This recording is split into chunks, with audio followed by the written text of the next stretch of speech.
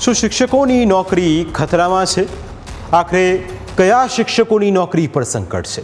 આ સવાલો સુપ્રીમ કોર્ટના એક નિર્દેશ પરથી ઉઠી રહ્યા છે, કારણ કે સપ્ટેમ્બર માસના પ્રથમ દિવસે જ સુપ્રીમ કોર્ટમાંથી શિક્ષકો માટે ખૂબ જ આંચકો આપનારા સમાચાર સામે આવ્યા.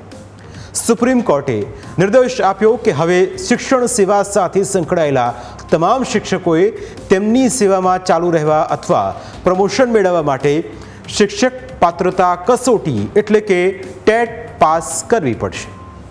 એટલે કે જે લોકોએ ટેટ પાસ નથી કરી તેઓ ચિંતાઓ મુકાયા છે. જસ્ટિસ દીપાંકર દત્તા અને જસ્ટિસ ઓગસ્ટીન જ્યોર્જ મસીહની બેન્ચે કહ્યું કે જે શિક્ષકોની નોકરીમાં 5 વર્ષથી વધુ સમય બાકી છે તેમણે ટીચર્સ એલિજિબિલિટી ટેસ્ટ પાસ કરવી પડશે. જો તેઓ ટેટ પાસ નહીં કરે તો તેમણે રાજીનામું આપવું પડશે અથવા ફરજિયાત નિવૃત્તિ લેવી પડશે. જોકે સુપ્રીમ કોર્ટની બેન્ચે એવા શિક્ષકોને રાહત આપી છે જેમની સેવામાં ફક્ત 5 વર્ષ બાકી છે.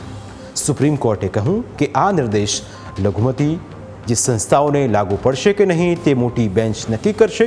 સુપ્રીમ કોર્ટે આ નિર્દેશ તામિલનાડુ અને મહારાષ્ટ્રમાં શિક્ષણ માટે ફરજિયાત ટેટ સંબંધિત અરજીની સુનાવણી કરતી વખતે આપ્યો હતો.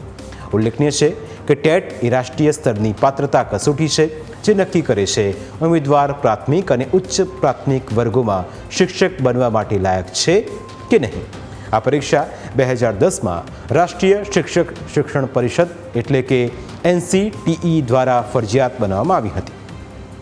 તેવામાં હવે આખો મામલો શું છે તે સમજવું પણ જરૂરી છે.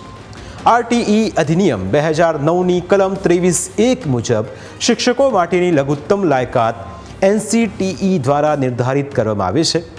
NCTE 23 ઓગસ્ટ 2010ના રોજ એક જાહેરનામું બહાર પાડ્યું હતું, જેમાં ધોરણ 1 થી 8 માટે શિક્ષક બનવા માટે ટેટ પાસ કરવી ફરજિયાત બનાવાઈ હતી. NCTE શિક્ષક પદ પર નિયુક્ત ઉમેદવારને ટેટ પાસ કરવા માટે 5 વર્ષનો સમય આપ્યો હતો. આ સમય બાદના વધુ 4 વર્ષ લંબાવ્યો હતો, જેથી ઉમેદવારોએ NCTEની નોટિસ સામે કોર્ટમાં અરજી કરી હતી. મદ્રાસ હાઈકોર્ટની બેન્ચે જૂન 2025માં જણાવ્યું કે 29 જુલાઈ 2011ના પહેલાં નિયુક્ત થયેલા શિક્ષકોએ સેવા ચાલુ રાખવા માટે ટેટ પાસ કરવી જરૂરી નથી, પરંતુ પ્રમોશન માટે ટેટ પાસ કરવી ફરજિયાત રહેશે. આ નિર્ણયના આધારે સુપ્રીમ કોર્ટે હવે સેવામાં ચાલુ રહેવા અને બઢતી બંને માટે ટેટ પાસ કરવી ફરજિયાત કરી છે. જો કે લઘુમતી સંસ્થાઓ માટે નિર્ણય આવવાનો હજુ બાકી છે. જો કે આ નિર્ણય તમામ રાજ્યો માટે લાગુ પડશે કે કેમ તેને લઈ હજુ કોઈ સ્પષ્ટતા નથી. ગુજરાતના શિક્ષકોને આ નિર્દેશથી અસર થશે કે નહીં તેને લઈને પણ કોઈ સ્પષ્ટતા કરવામાં નથી આવી. જો કે વર્ષ 2010 બાદથી ગુજરાતની તમામ ભરતી ટેટ ટાટ પાસ ઉમેદવારોની જ કરાઈ છે, પરંતુ તે પહેલાંના શિક્ષકોને આ બાબત લાગુ પડશે કે નહીં તેને લઈ હજુ કોઈ જ સ્પષ્ટતા કરવામાં આવી નથી.